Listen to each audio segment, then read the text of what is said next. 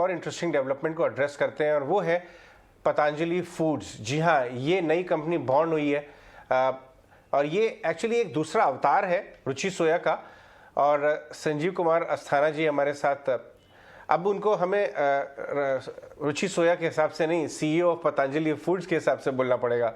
अस्थाना साहब, good morning. ये जो आपने बोर्ड मीटिंग में डिसीजन लिया इस कंपनी को चेंज करने का, इसके बारे में बताएं कि इसके पीछे की स्ट्रैटेजी क्या है और कौन कौन से बिजनेसेस अभी ट्रांसफर हो रहे हैं इस रुचि सोया एंटिटी में अब।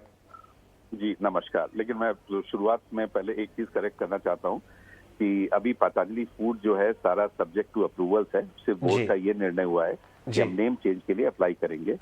या तो पतंजलि फूड्स लिमिटेड उसको करेंगे, लेकिन ये सारा निर्णय तभी हो पाएगा जब हम लोग को नेसेसरी रेगुलेटरी अप्रूवल्स मिल जाएंगे।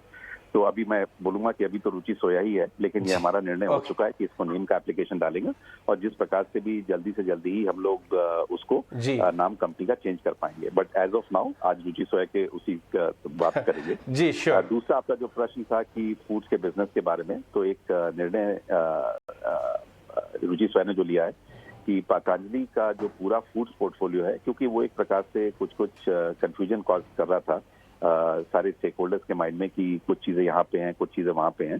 तो ये दोनों बोर्ड ने एक तरीके से निर्णय लिया कि हम कंपनी का पूरा रिस्ट्रक्चरिंग करके जो सारा फूड्स बिजनेस है उसको पूरा मूव कर देंगे रुचि सोया में।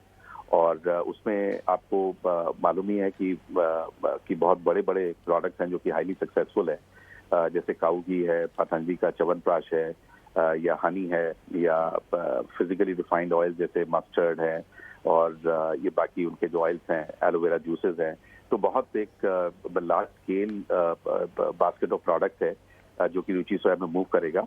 और उसके लिए हम लोगों ने एक कमिटी का गठन किया है जो कि इसको पूरे ट्रांजैक्शन को कंप्लीट करने के लिए अब तत्परता से कार्य शुरू कर देगा, जिसमें कि हम लोग रेगुलेटरी अप्रूवल्स का, आर्म्स लिंक बेसिस पे उसका बिजनेस का वैल्यूएशन का और उसका क्या मोडालिटी होना चाहिए जो कि मोस्ट टैक्स एफिशिएंट है, जो कि इस प्रकार से सबके लिए सूटेबल है और जो कि सारे लीगल और रेगुलेटरी अप्रूवल्स को मीट करता है, उसका एक निर्णय लिया है जिसकी हम लोगों ने स्टॉक एक्सचेंज में फाइलिंग भी कर दी है। ये दो बड़े निर्णय हुए थे कल शाम की बोर्ड मीटिंग में, जिसके ऊपर हमारी एक्टिविटी अब शुरू हो जाएगी पूरी। फॉलोअप सवाल, आपकी जो 2-3 बड़ी कैटेगरीज हैं, अगर उसके बारे में बता सकें किस तरह की ग्रोथ अचीव हो रही है, जो लीड कर रही है इस समय ग्रोथ इस पूरे पोर्टफोलियो के कारोबार को, और अगर आप कुछ शेयर कर सकते हैं कि किस तरह से आप बढ़ाना चाहते हैं ये कारोबार अभी नेक्स्ट 2-3 साल में। तो जैसे आपको मालूम है कि कुछ जैसे मैंने जो इलस्ट्रेटेड कैटेगरीज बताए जो कि बहुत एक बड़े स्केल पे हैं, उसका नंबर्स को इस समय घोषणा करना थोड़ा उचित नहीं होगा, क्योंकि वो पूरा सब्जेक्ट टू नेगोशिएशंस और डिस्कशंस और वैल्यूएशंस और रेगुलेटरी अप्रूवल्स है। तो उसके बारे में विदाउट गोइंग इनटू नंबर्स मैं आपको बता सकता हूँ कि जैसे बहुत बड़े स्केल के जो पोर्टफोलियोज है जिसका बहुत ही बड़ा मार्केट शेयर ऑल्सो है, जैसे काऊ घी है पतंजलि का, जो कि एक प्रकार से वो पाइनियर्स थे। उन्होंने जिस प्रकार से बिजनेस को पूरा बिल्ड किया पतंजलि ने, और एक पूरी नई कैटेगरी को ही क्रिएट कर दिया ये फूड्स पोर्टफोलियो में।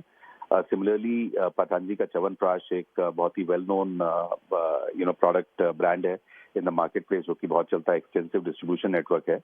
सिमिलरली हमारा जैसे ये पतंजलि का हनी है, या एलोवेरा जूसेस है, या इनके physically refined oils of Patanjali जो है, जो कि एक प्रकार से बहुत बड़ा एक स्केल पे ये ग्रो हो रहा है। और ये एक प्रकार से जैसे ऑलरेडी हम लोगों ने आरएचपी में भी डिक्लेयर कर रखा था, जब हम लोगों ने प्रायर की एक स्टेप हम लोग लेने वाले हैं, और वो पूज्य स्वामी रामदेव जी के निर्देशन में एक ये पुश हुआ कि उसको इमीडिएटली हम लोग को एक्ट करना है कि यार वर्ड इज अ बॉन्ड, और एक बार हम लोगों ने कमिट कर दिया तो उसमें स्पीड में कोई कमी नहीं आनी चाहिए। तो उन्होंने इसको एक प्रोसेस को आगे बढ़ाया और तुरंत जिस प्रकार से हम लोगों ने पूरा 100% डेट रिटायर कर दिया, तुरंत the day of the listing हमने शाम को ही 100% डेट रिटायर कर दिया।